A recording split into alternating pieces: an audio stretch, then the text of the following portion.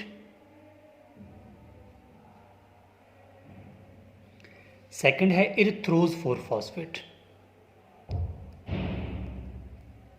इरिथ्रोज 4 phosphate. ठीक हो गया। अब क्या होगा कि ये इरिथ्रोज 4, ये देखो ना, इसकी ऑक्सीडेशन हो गई। हमारा मकसद क्या था कि ग्लूकोज की ऑक्सीडेशन करवाना। ग्लूकोज कन्वर्ट हो गया फ्रुक्टोज 6 फॉस्फेट में, ठीक है। अब इरिथ्रोज 4 फॉस्फेट जो है वो आगे जाएगा, ये मिल जाएगा एक मतलब जेलुलोज 5 फॉस्फेट जो बना था ना, एक जेलुलोज 5 फॉस्फेट आएगा, वो मिल जाएगा किसके साथ, इरिथ्रोज 4 फॉस्फेट के साथ। तो मैं इसको यहाँ पर भी इस तरह लिख देता हूँ, ठीक है, कि एक मालिक्यूल आएगा किसका, इरिथ्रोज 4 फॉस्फेट का, ठीक है। इरिथ्रोज 4 फॉस्फेट का एक मालिक्यूल आएगा। आप इसको यहाँ से भी लिंक कर सकते हैं।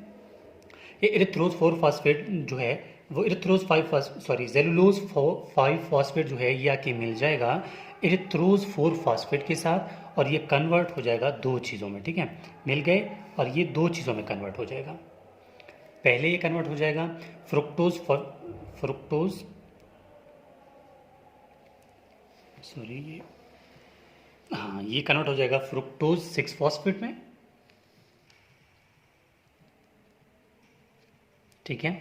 और ये कन्वर्ट हो जाएगा ग्लिसरॉल्डिहाइड 3 फॉस्फेट में,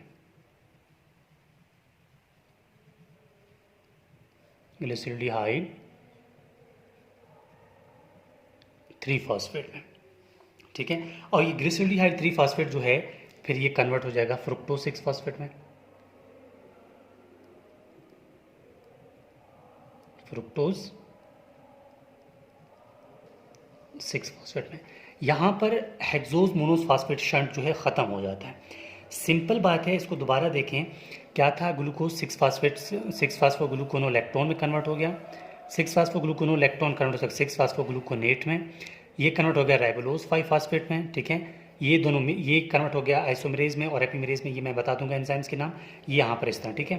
फिर ये दोनों मिल जाते हैं इसमें, फिर ये दोबारा मिल जाते हैं, ये दोनों इनमें कन्वर्ट हो जाते हैं। अब इसकी एंजाइम्स के नाम, ठीक है, कि कौन सा एंजाइम कैसे काम करता है। आ जाओ DHI में। पहला क्या था, डी, तो यहाँ पर जो एंजाइम नाम काम करेगा वो है डीहाइड्रोजिनेज, फर्स्ट स्टेप में, ठीक है।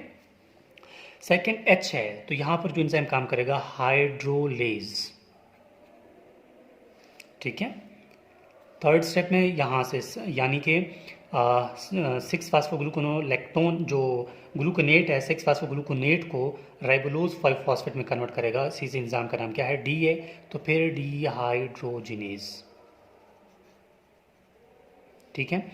यहाँ पर देखो ना, ई है और आई है, एक तो एस आइसोमरेज है, ठीक है। क्यों, क्योंकि ये राइबोलोज 5 फास्फेट में कन्वर्ट हो रहा है ना, तो ये क्या है, आइसोमरेज है। तो यहाँ पर जो एंजाइम काम कर रहा है वो ई है, तो इसका मतलब एपीमरेज, ठीक है।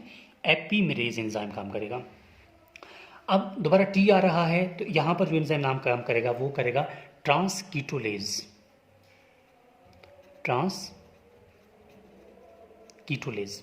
और ये ट्रांसकीटोलेज की वजह से दो मिले, ये दो दोबारा मिल के जो दो चीज़ों में कन्वर्ट हो रहे हैं, यहाँ पर जो एंजाइम काम करेगा वो है ट्रांसएल्डोलेज, ट्रांसएल्डोलेज।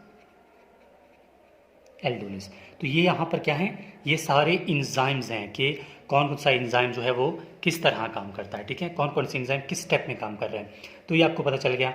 अब ये हेक्सोज मोनोफॉस्फेट शंट हुआ A to Z, मतलब इसी तरह स्केच पेपर में लिख दें, दैट इज इनफ। अब इसकी बायोमेडिकल इंपॉर्टेंस इसकी क्या है, ठीक है। बायोमेडिकल इंपॉर्टेंस इसकी, यानी इसको हम क्यों पढ़ते हैं, biomedical importance of HMP shunt. देखो, biomedical importance of HMP shunt में सबसे पहले आप ये लिखेंगे कि ये ऐसा पाथवे है जिसमें मुख्तलिफ मेटाबॉलिक इंटरमीडिएट्स बनते हैं, मतलब मुख्तलिफ कंपाउंड्स बनते हैं, ठीक है। तो आप लिखेंगे there is different metabolic intermediates are formed. ठीक है, नंबर 1. नंबर 2 आप लिखेंगे it forms intermediates of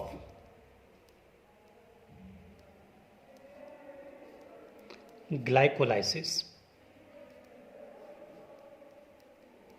glycolysis की कुछ चीज़ें भी बन रही थी ना, ठीक है. ये ग्लाइकोलाइसिस में आपने पढ़ा है ना, ग्लिसरीडियाइड फास्फेट, ठीक है, फ्रुक्टोज 6 फास्फेट. तो वही ग्लाइकोलाइसिस की बातें आ गई.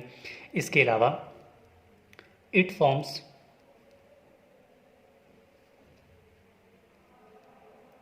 Different pentoses which are important for synthesis of DNA and RNA. ठीक हो गया.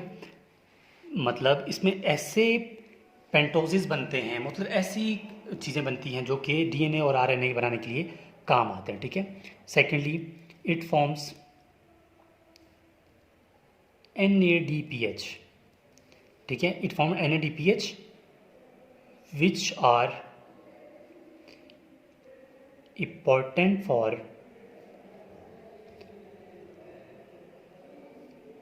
fatty acid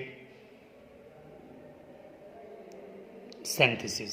ठीक है, यानी जो NADH बन रहा है वो क्या किस लिए इंपॉर्टेंट है? फैटी एसिड सिंथेसिस के लिए बहुत इंपॉर्टेंट है. थर्ड में मतलब लास्ट स्टेप में आप ये सकते हैं कि ये जो पाथवे है it maintains integrity of the cell. ठीक है, यानी सेल की शेप उसको मतलब उसी शेप में रखना, ना इसमें कोई कमी होना, ना इसमें कोई ज़्यादा होना. ऑक्सीडेशन कर रहा है ना, इस चीज़ को मेंटेन कर रहा है. तो इसकी बायोमेडिकल इंपॉर्टेंस में 5 पॉइंट्स आते हैं. ठीक है, तो होपफुली आपको इस बात की समझ आ गई होगी. और हेक्सोस मोनोफॉस्फेट शंट यानी कि जो इसके ओवरऑल रिएक्शंस हैं वो भी आपको समझ आ गए होंगे. इसके अलावा ये मेरा व्हाट्सएप कॉन्टैक्ट है. किसी स्टूडेंट को अगर किसी टॉपिक में मसला आ रहा है तो वो मुझसे शेयर कर सकता है ताकि उस टॉपिक को इस चैनल पे अपलोड किया जाए और आपके लिए जो भी प्रॉब्लम्स बन रही हैं वो उसको सॉल्व किया जाए. ठीक है, हेक्सोस मोनोफॉस्फेट शंट बहुत आसान है, कोई इसमें टेंशन वाली बात नहीं है. एक दफ़ा आप कर लेंगे तो रिएक्शंस आपके माइंड में फिंगर टिप्स में हो जाएगा. एंजाइम को याद रखने के लिए DHI DHDEITT, बाकी रिएक्शंस आप उनको इस तरह कर लें, बहुत सिंपल है. So this is whole about hexose monophosphate shunt and its biomedical importance.